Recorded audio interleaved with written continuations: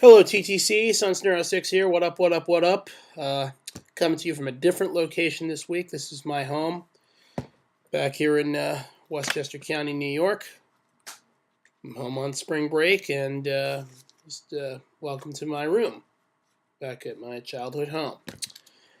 Anyway, tonight I thought I'd make a video about a couple things that have been going on with NFL free agency and just the NFL in general. And the first one is the whole Ben Roethlisberger situation that has been causing a lot of controversy among football enthusiasts, football experts, pretty much the entire football world right now.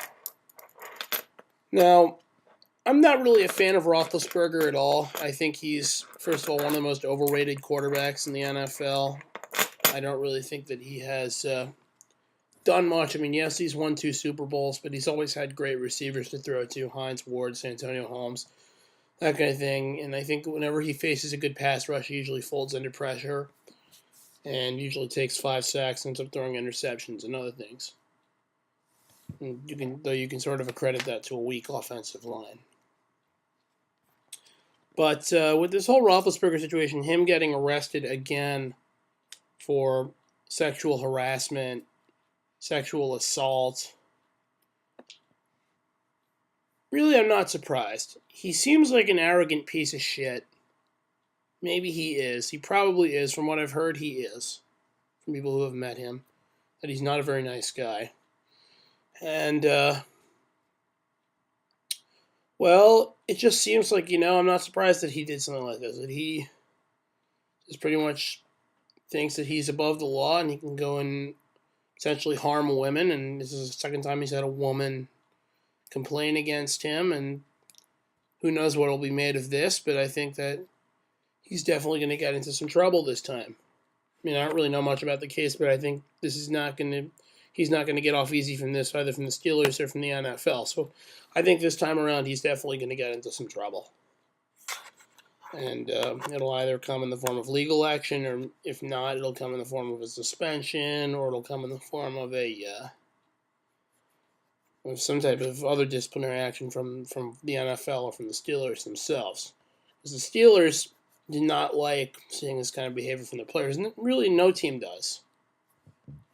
Except for maybe the Cincinnati Bengals, who have had enough problems already, though it seems like they're starting to turn the corner a little bit. But as you can see, they've had their problems with keeping their players in line, because they set a record, I think, for the most number of players arrested. But the Steelers are usually an organization known for class, known for very good professionalism from their players, from everybody involved with their team. They obviously are very ticked off by the fact that Roethlisberger now, for the second time, has gotten into trouble for some sort of sexual harassment or some type of lewd behavior with females. So basically, who knows what will become of this, but I think that he's not going to get off easy from this like last time. Now on to my next topic of the night, and that's TO.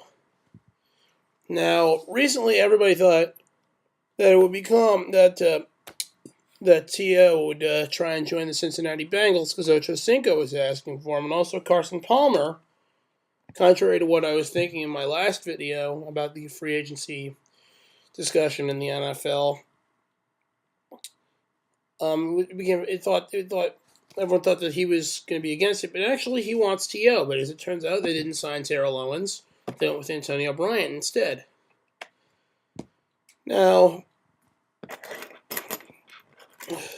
the deal with TO, in my opinion, is first of all, his reputation as a locker room cancer, as an ego, precedes him. So, pretty much goes to show you that, even though you might not want it to, your reputation follows you. And unfortunately, I've been bitten by that same thing sometimes. I'm sure every one of us has been bitten by the fact that our reputation follows us, even when we least expect it to. It still happens to follow us. Second of all, his production's gone way down. He's older now. He's not the TO of 4 or 5 years ago. He's 36 years old. He's not as fast as he used to be. He's not as strong as he used to be. Certainly isn't as capable as he used to be. His numbers are down. He dropped a lot of balls last year in Buffalo. I mean, yes, it's the Buffalo Bills. They're not that good a football team. But nonetheless, I mean, just goes to show you that that he's on the downward spiral of his career, the backside of his career. And I'm sure at this point, his personal goal is to win a championship, and he's trying to find any type of team that can be a contender. But any team that is a contender doesn't want players like him, because he's exactly detrimental to what they're trying to accomplish, to win a Super Bowl. Because teams that win Super Bowls do not have egos on them. Well, maybe they do, but the egos are not locker room cancers. They do not divide the team into supporters of him and people who are not supporters of him. They don't cause conflict in the locker room. They don't cause conflict with the coaches. They don't cause conflict with the management. They basically are, at least they're good teammates. I mean, egotistical, yes, but they are still good teammates. And they stand up for their teammates, and that's why, like, for instance, Michael Strahan, I think as a Giant, he had kind of an ego. Maybe not, but he sort of had an ego.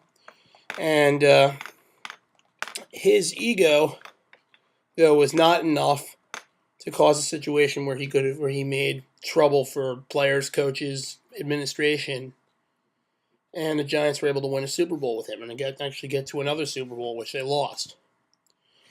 And finally, about T.O., before I end this whole thing on T.O. right here and end this video, New York City Sports with Diamond, I remember you saying that you wanted T.O. I wouldn't want him anywhere near the Giants.